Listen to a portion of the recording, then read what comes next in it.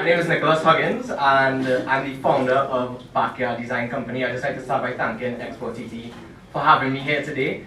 I am very excited because talking about design, packaging design especially, is one of my passions. So being here today to speak with you all about packaging design is something that excites me a lot. Backyard Design is a design agency. We specialize in branding, illustration, and packaging design.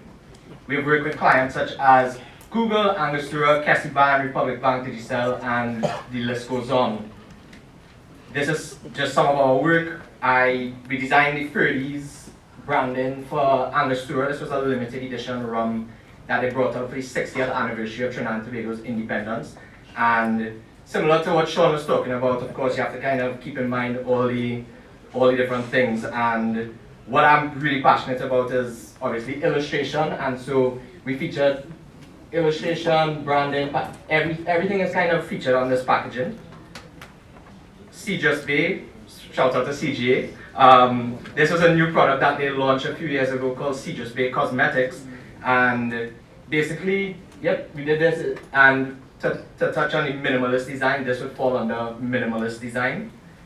Gina's Midnight Hummingbird, this was actually the very first packaging design job that I ever worked on as a freelancer quite a few years ago now. And once again, this just shows how you can tie in illustration with your labeling.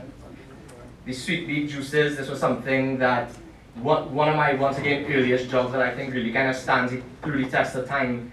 They had a product on the shelf that was really hard to see what the ingredients were. They all kind of looked the same. It was a transparent label, and they wanted something that people could go into the stores and immediately know which flavor it is they wanted based on the color as well as the illustration. So why is packaging design important?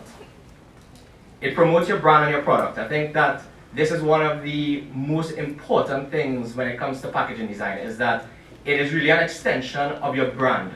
So I saw this stat online. 74% of 18 to 25-year-olds would share an image of product packaging through social media. So if you think about like when you go on TikTok or YouTube and you see these unboxing videos, think about the type of products that these people are interacting with. They're all normally very well designed. And so I use once again the Just Bay example here. When you just search for Just Bay on Instagram, this is literally what comes up in the explore page. And you can see that the packaging design is one of the like staple things that people see, because it is such a noticeable part of that brand. So I think that when you start thinking about what are people going to share, how are people going to interact with your brand, and how you're going to get these like brand ambassadors that are just your consumers, why are they going to be talking about your brand? And a lot of times that comes down to what it looks like, what it feels like, and of course, most importantly, the quality of your product as well. It differentiates you from your competition. I think this is probably one of the most important things. And this example that I found online, to me, just is insane. So if you look at this is pastas, and every single pasta on it just has that super standard pasta look, right? If you went into the grocery, which one are you going to be attracted to and pick up immediately, right? It has like pretty much everything that all the other products has. It has the logo, it has this die cut showing the product on the inside, but it's done in such a creative way. And another stat I found online, 66% of consumers said that they have tried a new product because of the packaging. And I know for sure if I went to the grocery, all things being equal in terms of price and everything, I know which one I will pick up here. And I also, to the first point, know which one I'm going to share on my social media, right? It builds long-lasting relationships with your existing clientele. I think this is a really important one.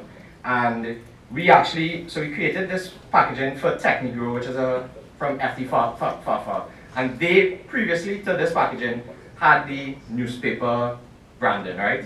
It was like a ton of information, and we really wanted to create something that we thought would look really attractive on the shelf and be something that people would kind of be happy to use, right? And we got feedback actually from another designer, and she told us that she went into Paramin, and a lot of the farmers said that they liked this packaging because it had these icons of the different things that it's for. So for the tomato and pepper, the little icons of tomatoes and peppers on it. And a lot of these farmers aren't the best at reading, so they were able, the feedback we got was that they were able to know immediately based on color and the illustrations, what it is they were picking up. So this is a way that your packaging could sort of take into consideration who your customers and clientele are and how that could sort of build these long-lasting relationships with them. It sets the tone for how you want your brand to be perceived, and a few other people touched on this before.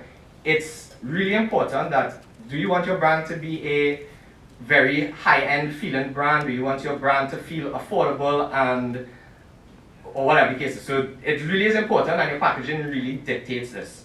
So this is an example of a rebrand that I found online. And you look at the one on the left, it doesn't really feel like a healthy snack. It looks like something maybe for kids. And they wanted to rebrand because they wanted to be a more elevated brand. They wanted to feel like a snack that maybe adults would pick up and snack on during the day, something that isn't too unhealthy because it's just roasted almond with honey on it. So it's not like it's a particularly unhealthy product. And I think that their rebrand, they were really able to get that point across. The one on the left to me looks like something for kids, something that might be super sweet. The one on the right looks like something that you might pick up and snack on through the course of the day. Identifying packaging design trends. So I think this is really important because when you as a business owner, when you are trying to talk to designers about what it is you want, it's really important to kind of understand different packaging design trends so that you can better communicate to us what it is you want. Because at the end of the day, I could design whatever for whoever, and I can design it how I want to design it. But at the end of the day, I'm designing for a business, and I have to communicate what it is you want to communicate, right? So, illustrated packaging design. That, to me, this is one of my favorites, as you can tell from the work that I showed that we have done at Backyard Design.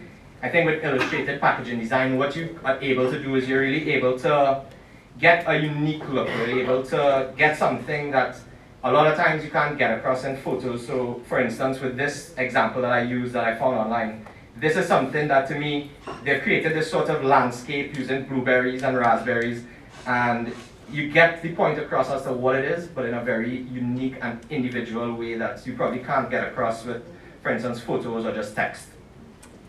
Minimalist. Once again, something else that was touched on earlier, and I think that minimalist design gets a reputation of being something that's very easy to do, but in fact, speaking from experience, it's probably the hardest thing, right? People, yeah, just want something minimalist. So this was a product that I found, and it is shampoo and hair gel. So not something I might be particularly familiar with, but it's very, to me it was very interesting because how they've built out this suite of products using a very minimal aesthetic, right?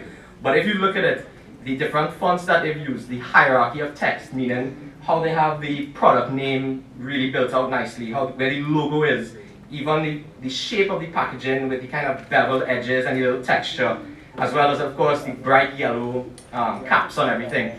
They've done whoever designed this did a really nice job in terms of creating something that, while being minimal, is very identifiable. Vintage. Now, I showed my wife this presentation and she said to make sure that I told you all vintage, not dated, right? Which is a huge difference. So, if you're sitting on it like, well, my packaging for the last 30 years going good, it might be dated, it might not necessarily be vintage, right? So, this is another example that I found, and I think they did a really nice job because this to me looks like something that could be even like a prop in a movie, right? And it's something as well that will definitely be noticeable on the shelf among other things in its category. They did a really nice job with the text. It's easy to read, easy to kind of identify what each product is. They use color to differentiate the product. They use really nice vintage, not dated, illustration style. So I think that this is a really nice example. Use of local vernacular. And Sean touched on this with the Maruga rice, and I think that this is a very important thing, especially considering where we are and where we want to go, right? So a lot of people in this room might have products that are uniquely Trinbagonian or uniquely Caribbean, and you want to get into these export markets. It's still very important to differentiate yourself through use of like local things, right? So with this example, this is Chicago style hot dog potato chips. And they've done a really nice job with the color, the illustration style, as well as the fonts to really show what Chicago hot dog stands look like, right? So if you are creating something in Trinidad a really interesting way to differentiate when you get into export markets is how do you come across as being uniquely Trinbagonian.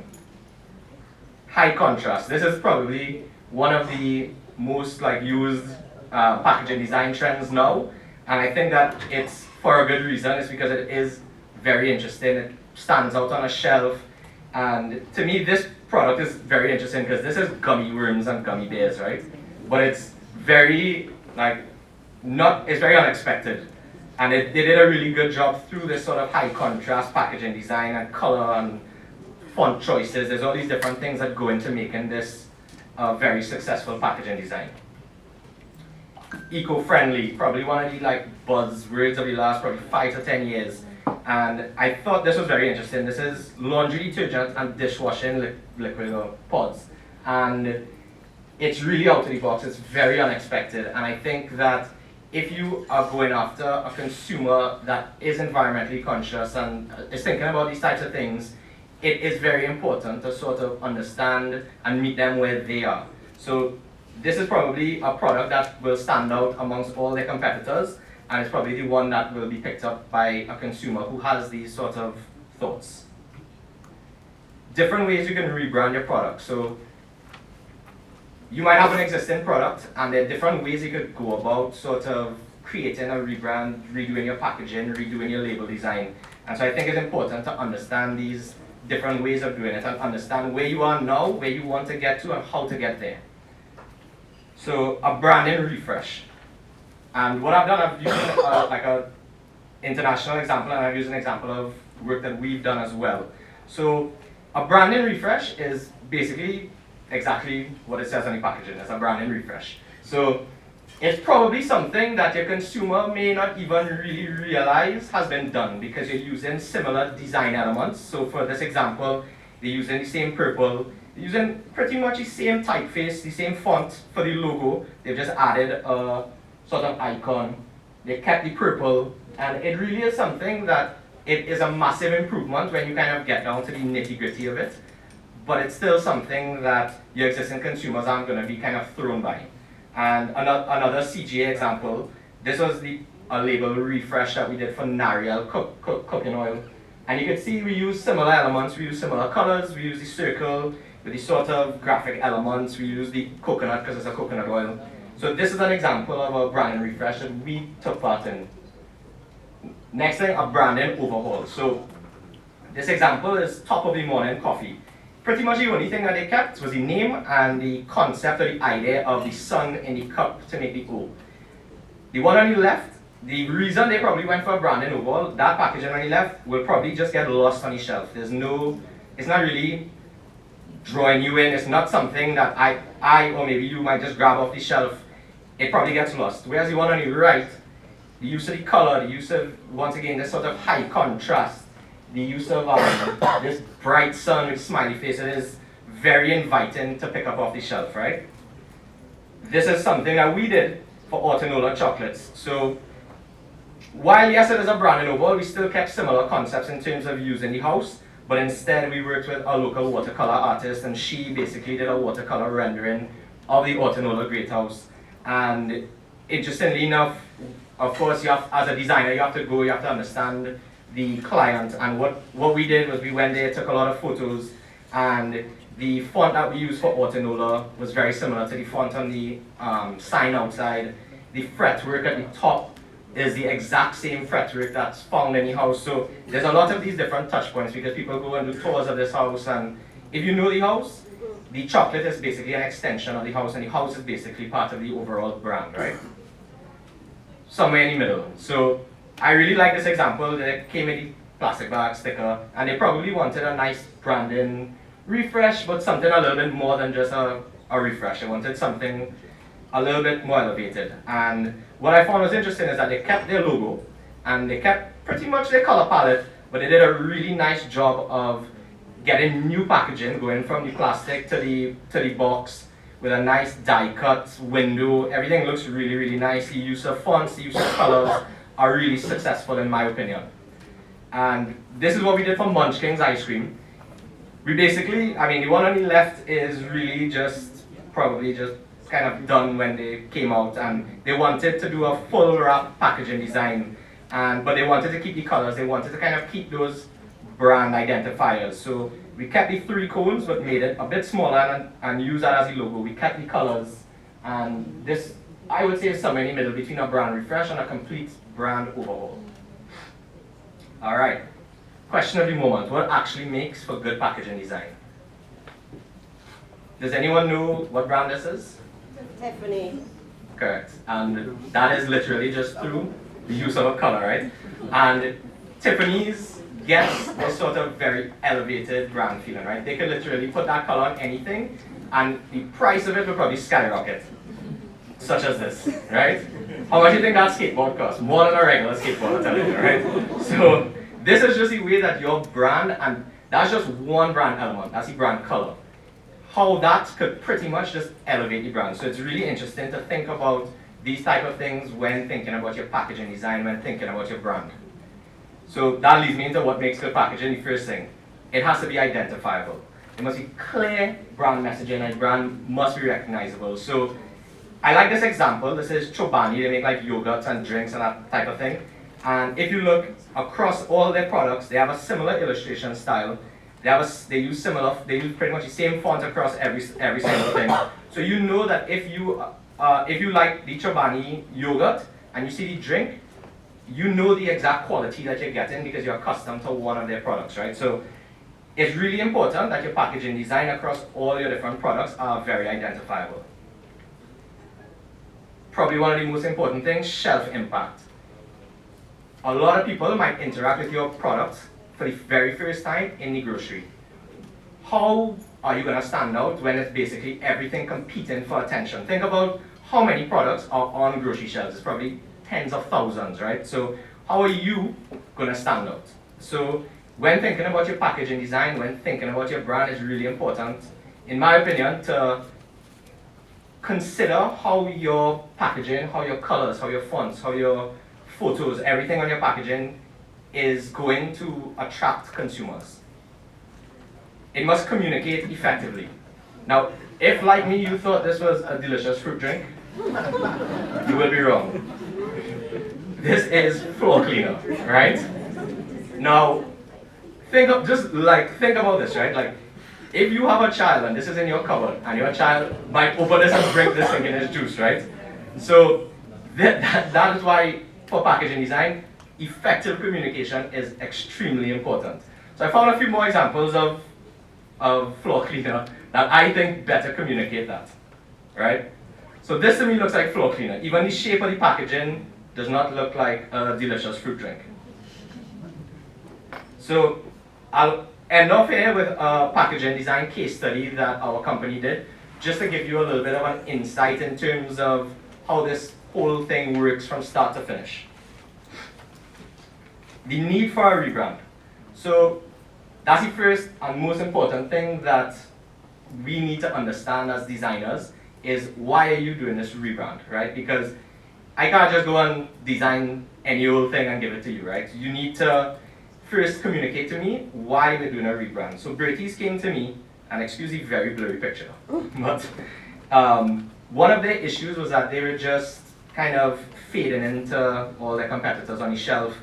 Even if you look at the one directly next to it, it even has like almost the exact same branding elements, right? It's like two designers got the exact same brief and design pretty much the same thing, right? So Bertie's at the time, and now still as much so, they are probably one of the market leaders in pepper sauce in Trinidad. They are now exporting, and it was really important to them that as they grew, because they started out very cottage industry doing upmarkets, eventually got into supermarkets, got into PriceSmart, now on Amazon, and exporting their products. So they really went through kind of all the steps of probably what a lot of local manufacturers or whatever will go through, right? So they got to a point in their business where they needed a rebrand, and the need for the rebrand came about because they wanted to stand out on the shelf. They wanted to show that the quality of their product is reflected in their branding. They didn't want to look like just any other pepper sauce that's there, right?